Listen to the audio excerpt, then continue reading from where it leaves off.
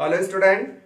तो देखिए आज के लेक्चर में हम आपको बता रहे हैं एसिडिटी ऑफ कार्बोक्सिलिक एसिड। वैसे लास्ट लेक्चर अगर हमारा देखेंगे तो लास्ट लेक्चर में मैंने आपको बताया था कि the factor which affect the acidity of carboxylic acid, जिसमें आपको एक सिंपल सा तरीका बताया गया कि प्लस आई एसिडिटी को कम करता है और माइनस आई एसिडिटी को क्या करता है, इंक्रीज करता है। उसके अकॉर्डिंग हम सब यह प्रॉब्लम यहां डिस्कस करते हैं और प्रॉब्लम ही सब ज्यादा इंपॉर्टेंट होता है और प्रॉब्लम से ही सारी बात आप बहुत आसानी से समझते हो बच्चों। तो आप देखिए कि पहला जो बहुत सिंपल सा जो क्वेश्चन आता है वो सिंपल सा क्वेश्चन मैं आपको बताऊं क्या आता है। क्वेश्चन ये आता है कि जैसे मान लीजिए कि हमारे पास सिंपल सा हमने कोई एसिड दे दिया इस तरीके से और मान लीजिए हमने आपसे कहा कि ये कार्बोक्सिलिक एसिड है, यहाँ OH ग्रुप लगा है, देखा आपने, और हम यहाँ 1 2 3 कर दे सकते हैं। ये पहला नंबर हो गया। और दूसरा नंबर वही सवाल मैं आपको बता दे रहा हूं। देखिए C डबल बॉन्ड O और यहाँ OH लगा दिया और 4 ऑप्शन बनाते हैं। आज का चूंकि 4 ऑप्शन में आपको इंटरेस्ट बहुत आता है कि कंपटीशनों में आजकल 4 ऑप्शंस होते हैं, है ना, तो उसी तरह 4 ऑप्शन हम बनाते हैं। ये पहला हुआ, ये दूसरा हो गया, तीसरा हो गया, चौथा होगा। बच्चों ये बहुत सिंपलेस्ट ये क्वेश्चन आता है और ये ऐसा नहीं ये पहले क्वेश्चन कंपटीशन में पूछा गया, IIT का क्वेश्चन है, पहले IIT में आया फिर मेडिकल में आया, आजकल तो ये बोर्ड में भी आता है। मगर ये आपको एकदम की डेवलप करा के जाएगा, आपको ये बता के जाएगा कि एक लॉजिक डेवलप होगा। क्या, अगर मान लीजिए मैंने यहाँ फ्लोरीन लगाया, सपोज जब देखो फर्स्ट पोजीशन पे लगाया, फ्लोरीन फर्स्ट पोजीशन पे लगाया, इसमें फ्लोरीन हमने सेकंड पोजीशन पे लगाया, इसमें फ्लोरीन हमने थर्ड पोजीशन पे लगाया, इसमें फ्लोरीन हमने फोर्थ पोजीशन पे लगाया। अब आपको प्रॉब्लम कैसे सॉल्व करनी है, 4 के चारों एसिड है, कोई प्रॉब्लम नहीं आपको, एवरीथिंग इज सेम, ऐसा कोई प्रॉब्लम नहीं है।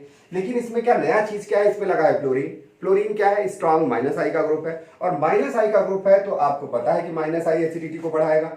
लेकिन डियर यहाँ आई जो होता है it is inversely proportional to the distance. आपको ये देखना पड़ेगा कि आई एक डिस्टेंस डिपेंडेंट स्पीसीज है। इसका मतलब क्या है, जितना दूर बढ़ता चला जाएगा उतना ही उसका इफेक्ट कम होता चला जाएगा। सिर्फ इसी बात को आपको ध्यान देना है। यानी सबसे ज्यादा एसिडिटी इसकी होगी, फिर 2 नंबर पे लगा, फिर 3 नंबर है, 4 नंबर।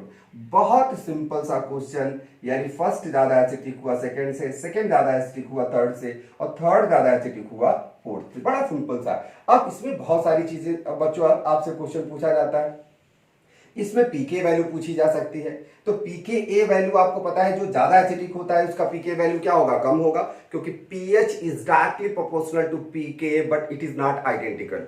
इसको समझने के लिए आपको सॉल्यूशन के चैप्टर्स में आपको उधर जाना पड़ेगा। लेकिन एक सिंपल वे में मैं आपको बताऊं, जो ट्रेंड पीके ए का होता है वही ट्रेंड पीएच का होता है। इसका मतलब जो ज्यादा एसिडिक स्पीसीज होती है उसका पीएच कम होता है, इसका मतलब उसका पीके भी कम होगा। तो बहुत आसानी से आपसे ये क्वेश्चन पूछा जा सकता है। देखो यह हमने बताया क्वेश्चन नंबर 1 ऐसे पूछा जाता है। मैं आपको बता रहा हूं क्वेश्चन नंबर 2 उससे भी ज्यादा इजी है। क्या, अगर मान लीजिए हमने आपको एक एसिड दे दिया C डबल बॉन्ड O और ये कार्बोक्सिलिक एसिड मैंने दे दिया।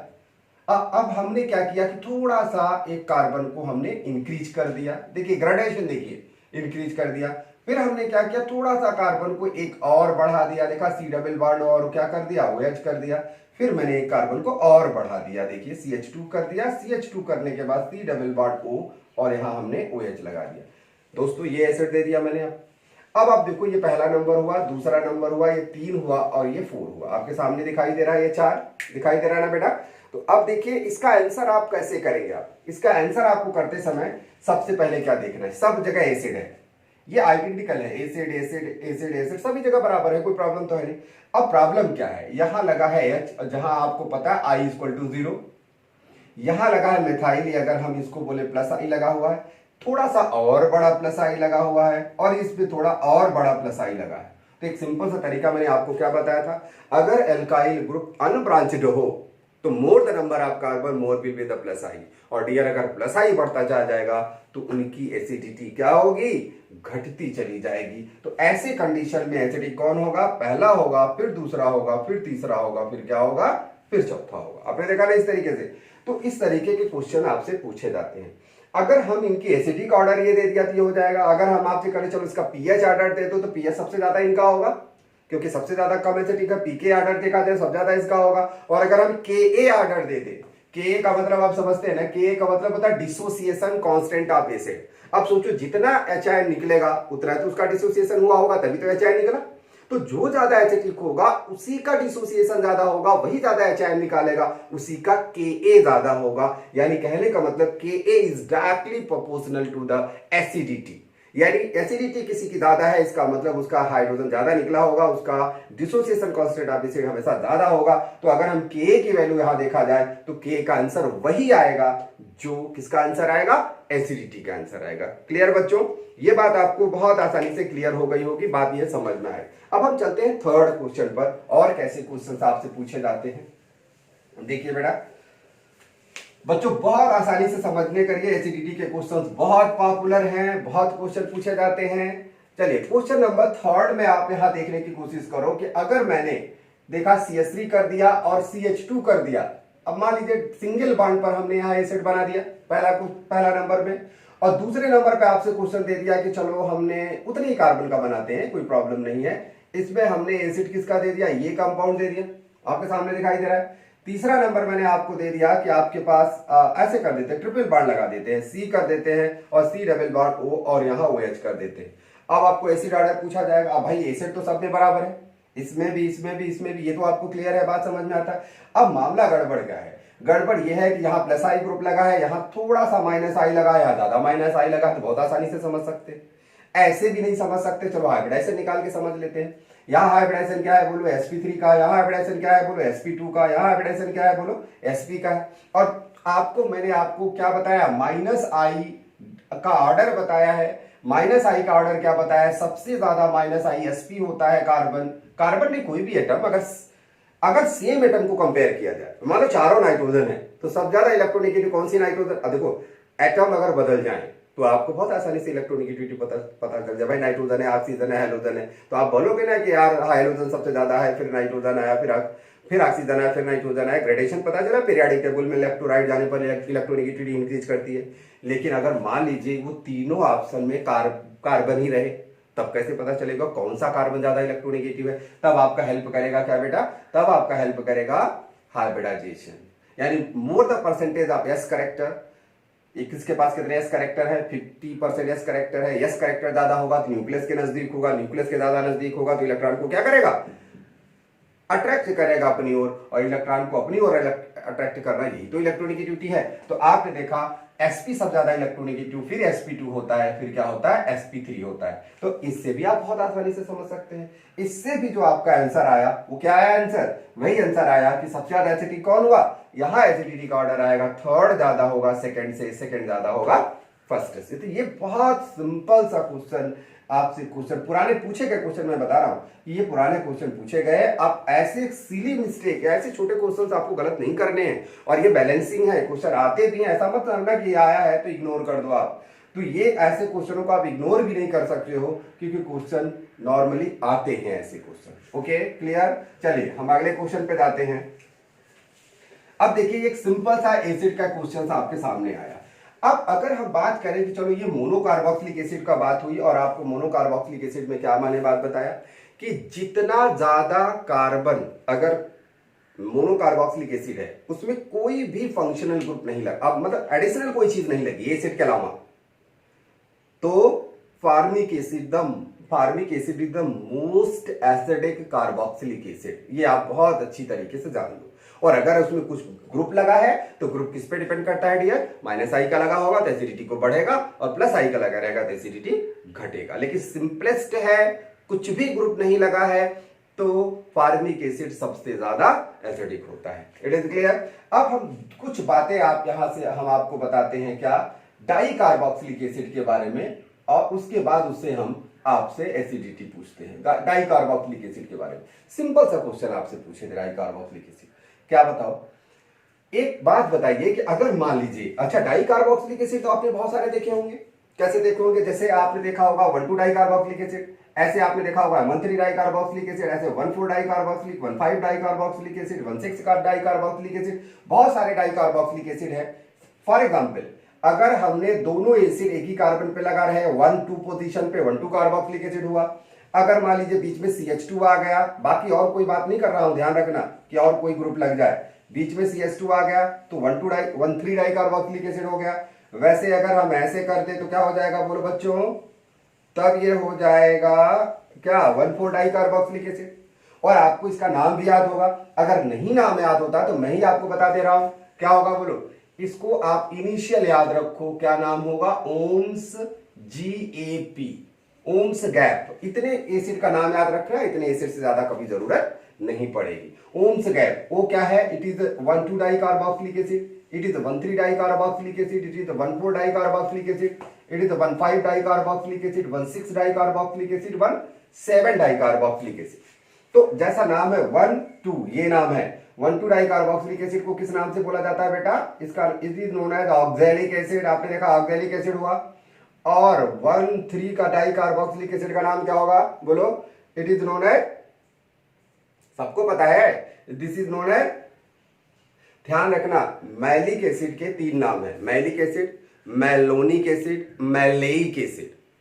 तो याद ध्यान रखना, ये मैलिक एसिड नहीं है, this is the malonic acid. क्या नाम है, मैलोनिक एसिड। ये मैलोनिक एसिड हो गया डियर। अब ये तो नाम तो बहुत फेमस है, क्या नाम है, बोलो, सक्सीनिक एसिड। ये सक्सीनिक एसिड हो गया।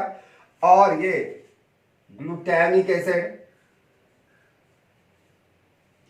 ग्लूटामिक एसिड हो गया, ये आपके सामने दिखाई दे रहा है। और डियर ये तो इतना फेमस है, इतना फेमस है कि मतलब इनका आपने देखा, जैसे आइसोमेरिन का, आइसोमेरिन बोल रहा हूं, आई एम सॉरी, आप अगर चैप्टर देखोगे पॉलीमर का चैप्टर में, तो इतने नामी ग्रामी एसिड हैं ये। इसका नाम है एडिपिक एसिड और इसका बार बार काम आएगा, ध्यान रखना। Adipic acid is also used for the preparation of what, किसके काम में आता है, नायलॉन के बनाने काम आता है, नायलॉन 6 आगे चल करके आप देखिए बनाने काम आएगा। तो this is known as adipic acid, this is adipic acid. बहुत नाम आएगा, बार बार आएगा, ध्यान रखना। एडिपिक एसिड हो गया। और ये एसिड हमारा क्या हो गया, पाइमेलिक एसिड। तो पाइमेलिक एसिड के नाम से ये जाना जाता है। तो आपके पास इतनी एसिड है, ये एसिड के नाम आप ध्यान रखो। लेकिन अब जब इनकी एसिडिक ऑर्डर आएगा तो एसिडिक ऑर्डर में आपको दिमाग लगाना पड़ेगा। कैसे, देखिए दिमाग लगाएंगे आप, बहुत आसानी से आप समझ सकते हैं इसको बेटा, बहुत इजी है और रिजनेबल भी है ना। अब देखिए होता क्या है कि कार्बोक्सिलिक एसिड एक -I का ग्रुप है। चलिए हम दोबारा इसको स्क्रीन को क्लीन करते हैं, उसके बाद भी आपको बताते हैं। तो आपने देखा कि ये कार्बोक्सिलिक एसिड, जैसे आपके पास एसिडिक ऑर्डर आएगा वैसे बहुत आसानी से आप क्या बात समझोगे, बात ये समझोगे कि जैसे मान लीजिए हमने आपको दिया ये कार्बोक्सिलिक एसिड, ठीक, और यहां एक कार्बोक्सिलिक एसिड और लगा हुआ है, देखा आपने, ये कार्बोक्सिलिक एसिड लगा है, यानी मैटर कहां डिस्कस हो रहा है, डाइकार्बोक्सिलिक एसिड का। अब आप सोचो ये एसिड जो है, ये दूसरा वाला स्पीसीज किसका, -I और -R का काम कर रहा है, इनके लिए -I का ही काम सोचो। ये इलेक्ट्रॉन को अपनी ओर क्या कर रहा है, खींच रहा है, यानी ये एसिड इनकी मदद कर रहा है, ये एसिड इनकी मदद कर रहा है। और बहुत खास बात है कि बहुत पास पास हैं। आई का मतलब क्या होता है, आई का तो मतलब यही होता है कि जितना नजदीक होगा उतना ज्यादा क्या होगा, इफेक्ट होगा। बात समझ रहे हैं ना हमारी। तो ऐसे में आप बहुत आसानी से ये बात समझ सकते हैं। हम दूसरे को कंपेयर करेंगे तो पहले की बात समझ में आएगी। सपोज अगर मैंने एक CH2 लगा दिया, आप देखो वही क्वेश्चन पर फिर दोबारा आते हैं। यहां हमने क्या OH लगा दिया और यहां हमने C डबल बॉन्ड O और OH लगा दिया।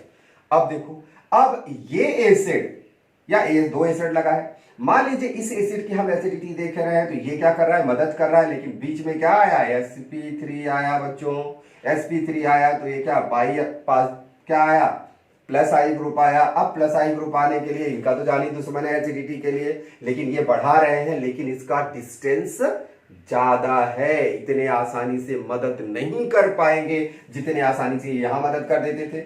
आपने देखा ये इधर खींच रहा है, वो उधर खींच रहा है। तो आपको ये बात समझ में आई यार, जितना एसिडिक ये है उतना एसिडिक ये नहीं है। बात क्लियर हुआ। अगर हम दूसरी बात करें कि थोड़ा सा कार्बन की संख्या हम और बढ़ा दें, CH2 कर दें, तो मेरे ख्याल से आपको बात बहुत आसानी से समझ में आ गई होगी कि देखा एक +I यहां प्रेजेंट है, एक +I कहां प्रेजेंट है, यहां प्रेजेंट हो, तो +I आए तो एसिडिटी अपने आप क्या हो जाएगी, कम हो जाएगी। तो डियर आपको ये बात बहुत आसानी से समझ में आना चाहिए कि 1,2 dicarboxylic is more acidic then 1,3 dicarboxylic acid and 1,3 dicarboxylic is more acidic then the 1,4 dicarboxylic acid. तो ये क्वेश्चन बच्चों बहुत नॉर्मल है, बहुत क्वेश्चन ये पूछे जाते हैं और बहुत आसानी से आप इस बात को समझ सकते हैं। क्लियर ना।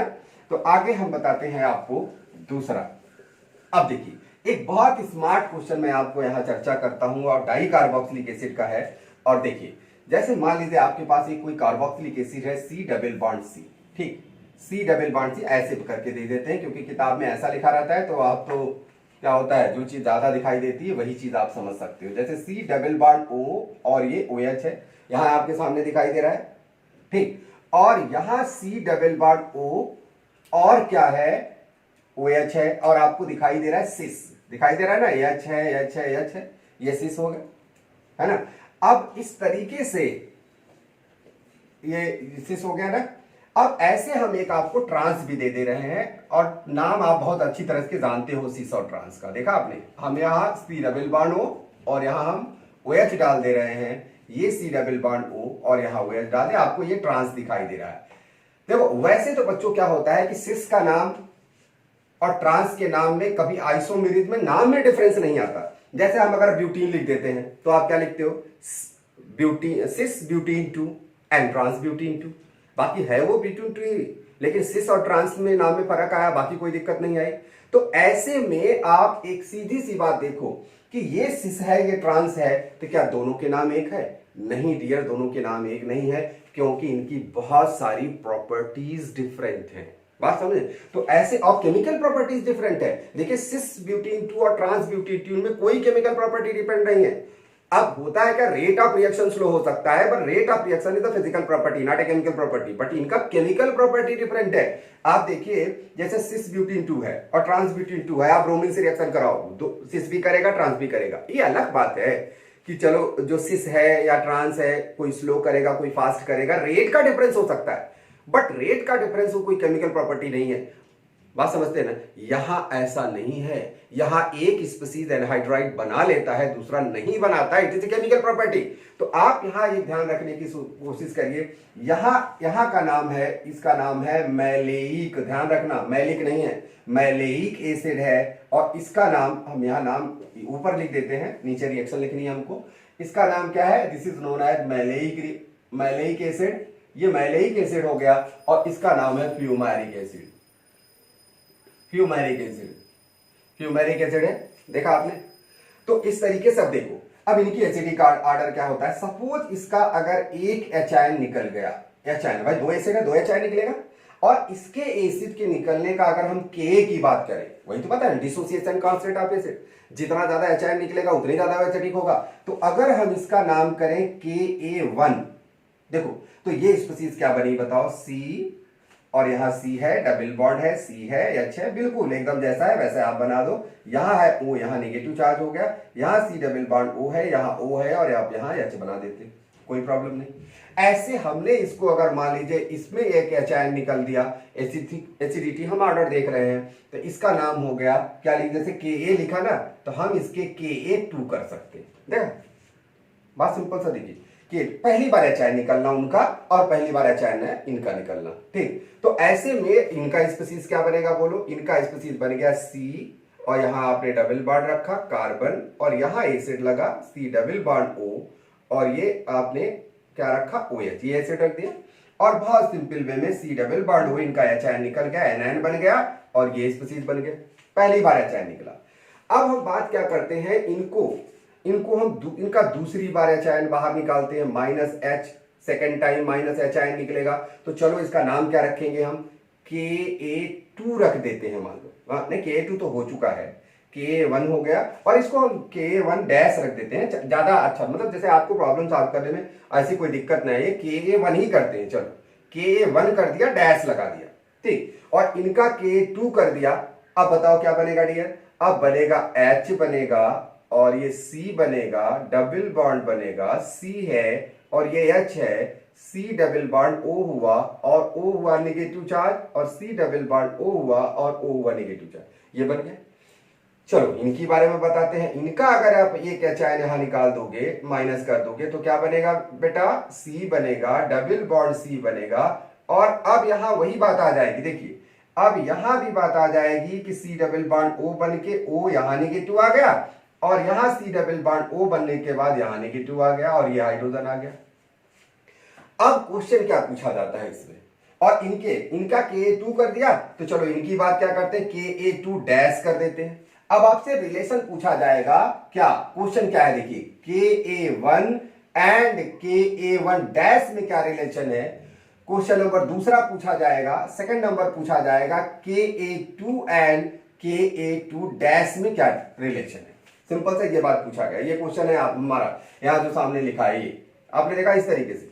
तो डियर आप देखो, एच आयन यहां निकलेगा, यहां निकलेगा, पहली बार बहुत आसानी से एच आयन निकला, कोई परेशानी नहीं हुई, आपने देखी। लेकिन एक बात आपको समझ में आया गया कि जब हम आपको एसिडिक ऑर्डर बताते हैं तो एक बात बताते हैं, acidity is the function of stability of anion. जितना एच आयन निकलेगा, यानी किसी का एच आयन कब निकलेगा, जब उसका एनायन ज्यादा स्टेबल बनेगा। यानी गेम किसके ऊपर आ गया, एनायन की स्टेबिलिटी पे आ गया। अब हम देखते हैं कि दोनों का एच आयन निकालने के बाद एनायन किसी का स्टेबल है क्या।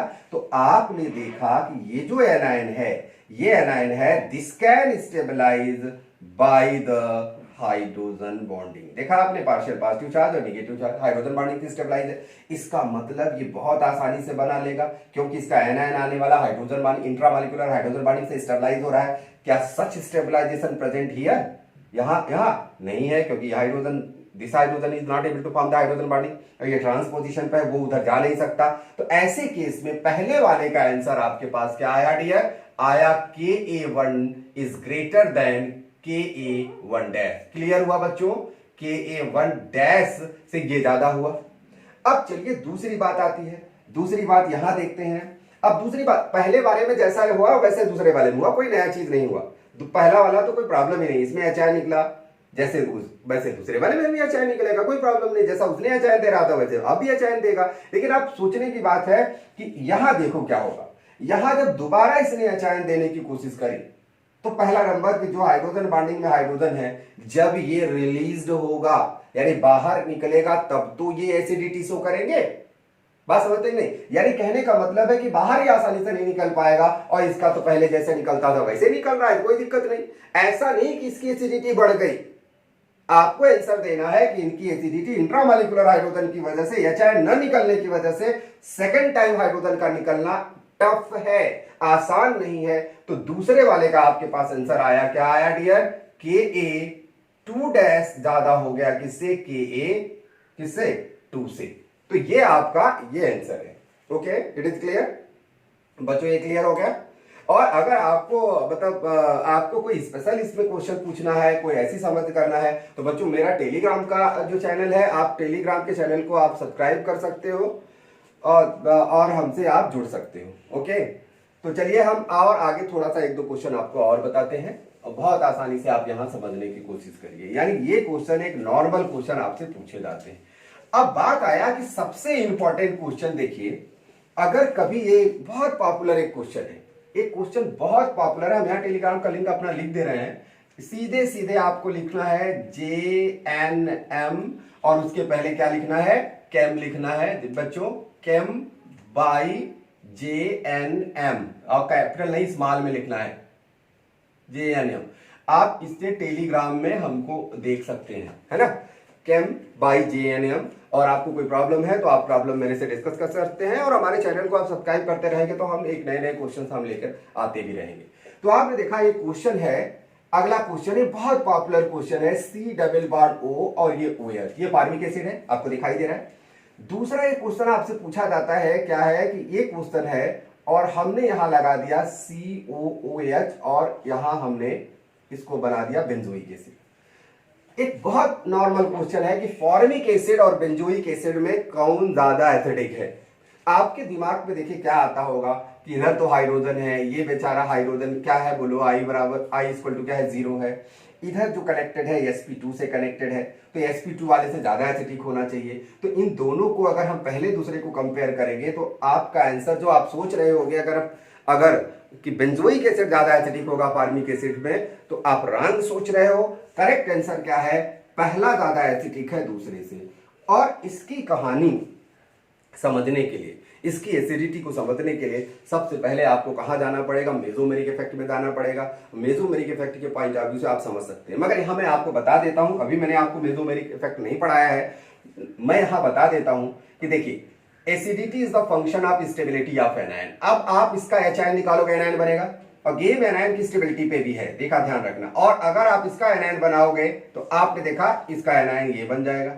अब हम देखते हैं कि किस पर नेगेटिव चार्ज कम लगा है। भाई दोनों पे एक एक निगेटिव चार्ज दिखाई दे रहा है। क्या 100% इस ऑक्सीजन पर ये इलेक्ट्रॉन रहता है क्या? क्या 100% इस ऑक्सीजन पे इलेक्ट्रॉन रहता है क्या? जितना ज्यादा इलेक्ट्रॉन किसी एटम पे रहेगा उतना ज्यादा उसके पास इलेक्ट्रॉन डेंसिटी होगी, और उतना इलेक्ट्रॉन डेंसिटी होगी तो उतना कम स्टेबल होगा। मैंने आपको बच्चों क्या बताया था कि जो चार्ज लगा है वही चार्ज घटता नजर आ जाए, इट इज द स्टेबिलिटी, है ना। जो चार्ज लगा है वो चार्ज कम होता चला जाए, वही स्टेबिलिटी है। तो हमने इस पर देखा यार, इसका जो एडजेसेंट कार्बन एटम था sp2 है, this adjacent carbon is also sp2 है, और sp2 होगा तो electron go for the conjugation, electron एक कॉन्जुगेट पोजीशन से दूसरे कॉन्जुगेट पोजीशन पे जाता है। हमको क्या लग रहा है? हमको ये लग रहा है यार, ये जो निगेटिव चार्ज है वो 50% इसी पे रहता है, 50% तो यहां चला जाता है, यानी कि 50% इलेक्ट्रॉन इसका कम है ऑक्सीजन पर जितना आपको इलेक्ट्रॉन दिखाई दे रहा है। क्लियर? अब इसको देखते हैं भाई, सिचुएशन तो इनकी भी वही है, आपने देखा ये भी इलेक्ट्रॉन चले जाते हैं। डिफरेंस क्या आया? डिफरेंस H का आया और इसका डिफरेंस आया। अब इसमें क्या डिफरेंस है? देखिए इसमें एक चीज आप ध्यान रखना कि इसमें जो इंपॉर्टेंट है वो इंपॉर्टेंट क्या है, यहां ध्यान रखिएगा। अब मैं आपको ये बता रहा हूं, यहां ध्यान रखने की बात है कि इसका इलेक्ट्रॉन हमेशा चला जाता है एडजेसेंट कार्बन थर्ड पोजीशन पर, यानी कॉन्जुगेट पोजीशन। बट कभी कभी ये ध्यान रखना, कभी कभी क्या होता है कि जब ये इलेक्ट्रॉन नहीं पहुंच पाते, ये भी तो कॉन्जुगेट पोजीशन पे इतना तो नहीं जाएंगे क्योंकि पाई बॉन्डेड है। पाई बॉन्डेड एक बॉन्डेड इलेक्ट्रॉन है, लूजली बॉन्डेड जरूर है मगर बॉन्डेड है, काम है इनके पास अपना, ऐसा नहीं खाली बैठे इलेक्ट्रॉन है ये इनकी तरह। तो क्या हुआ, समटाइम्स ये इलेक्ट्रॉन कॉन्जुगेशन में चला जाता है। बोलो अगर ये मान लीजिए इसका 1% ऐसा करता होगा तो आपको पता है 1% ये इलेक्ट्रॉन यहीं रह जाता होगा, यहां इसकी तरह हमेशा नहीं जाता होगा। तो आपने देखा इलेक्ट्रॉन डेंसिटी किस पे ज्यादा होगा, इस पे इलेक्ट्रॉन डेंसिटी ज्यादा होगा। तो आप ये देख सकते हैं, यहां लिख सकते हो this is the more stable, और ये हमारा क्या हो गया, लेस स्टेबल। क्या हो गया, लेस स्टेबल हो गया। और यहां ये जो पीछे से इलेक्ट्रॉन जाकर के क्या कर रहा है, कॉन्जुगेशन को हम किस नाम से बोलते हैं, this is known as cross conjugation. क्या बोलते हैं, this is known as cross conjugation. आप कह सकते हैं डीस्टेबलाइज द, ये आप बेंजोएट आयन, तो बेंजोएट एनायन को क्या करता है, बेंजोएट एनायन को क्या करता है, डीस्टेबलाइज कर देता है। दैट इज व्हाई, और आपको यही आंसर देना पड़ेगा, आपके पास दूसरा कोई आंसर नहीं है। अगर आप दूसरा कोई आंसर दिए तो मामला गड़बड़ हो जाएगा। ये बात आप बहुत अच्छी तरीके से ध्यान रखिएगा।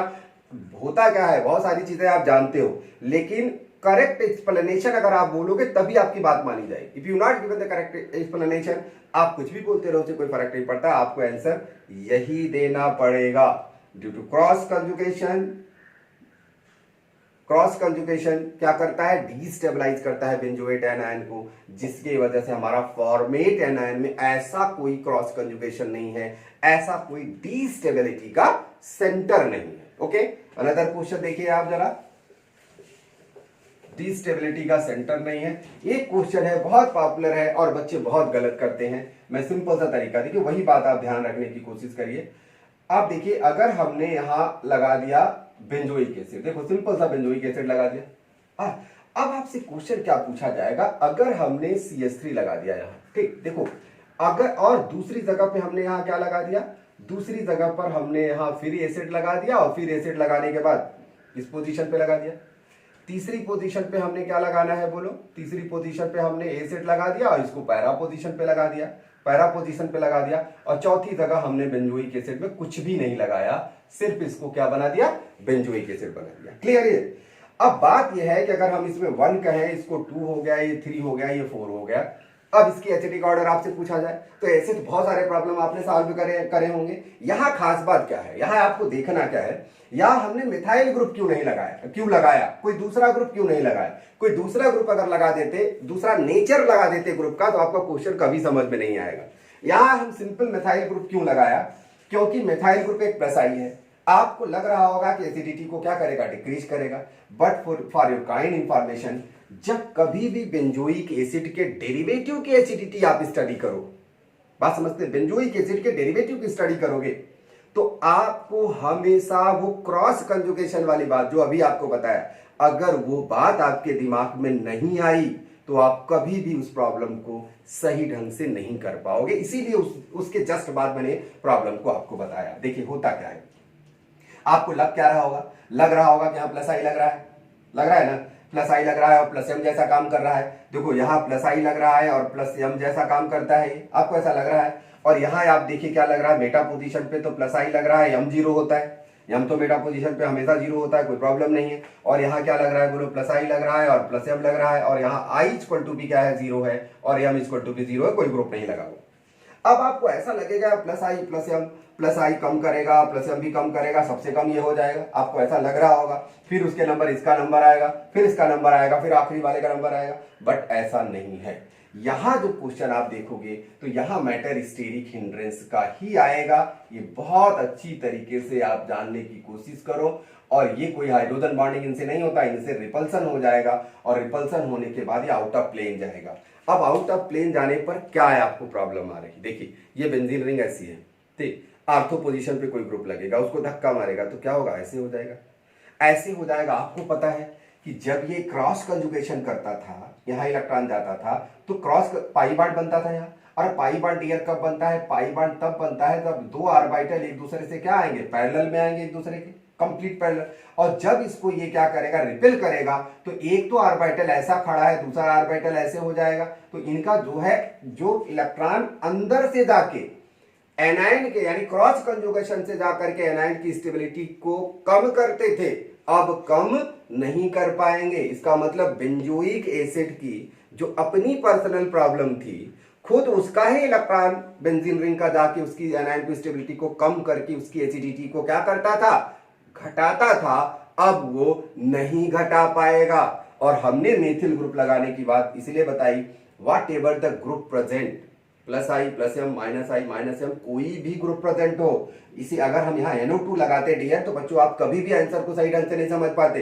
आप लगाते NO2 लगाते थे, माइनस आई माइनस एम होता है, यही ज्यादा एसिडिक होता है, और आपको नहीं समझ में आता है एक्चुअल फैक्टर क्या है। तो दैट इज वाई मैंने आपको ये बात बताया। और यहां बात आप जानने की कोशिश करो, पहले में कोई फैक्टर आपको नहीं लगाना है, पहले में ये कहना है पहला ज्यादा एसिड होगा, किससे, बेंजोइक एसिड से।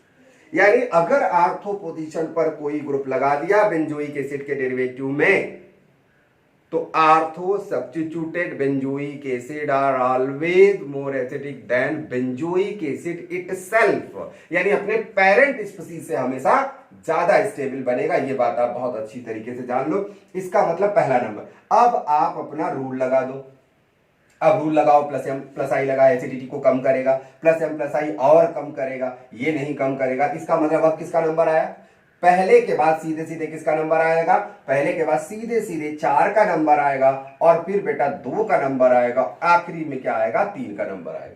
तो ये बॉर्डर लाइन आपको पहले बनाना है, और ध्यान रखना ये इसका रीजन आपको कभी कोई ऐसा क्वेश्चन मिले तो उसको समझने की कोशिश करो। दिस इज आप आर्थो इफेक्ट भी बोल सकते हो, कुछ भी बोल सकते हो, मगर ये सिस्टम एकदम बिल्कुल स्टेरिक रिपल्सन का है। और इसी को हम कभी कभी SIR के नाम से बोलते हैं, बोल सकते हो। SIR का मतलब होता है सर का मतलब स्टेरिक रिपल्सन या इनहिबिशन ऑफ द रेजोनेंस, यानी जो क्रॉस कंजुगेशन हुआ था, जो क्रॉस का रेजोनेंस हुआ था, उसको स्टेरिक रिपल्सन की वजह से फिनिश हो गया, और फिनिश हो गया तो अपना पुराना कैरेक्टर क्या करेगा, ये शो करने लगेगा। आप इसमें क्वेश्चन तो बहुत है बच्चों, अभी बहुत आसानी से बहुत क्वेश्चन इसमें पूछे जा सकते हैं, बट वीडियो में बहुत ज्यादा लंबा नहीं करना है हमको। और आपको अगर कोई किसी को दिक्कत हो तो आप हमारे इस टेलीग्राम चैनल पे आइए, Chem by JNM, और आप हमसे प्रॉब्लम पूछ सकते हो। और जितने भी ऐसे इस तरीके से आपको डिस्कशन हो, किसी तरीके से डिस्कशन हो, और उसके बाद जो है आप इसमें कंसीडर कर सकते हो। ओके।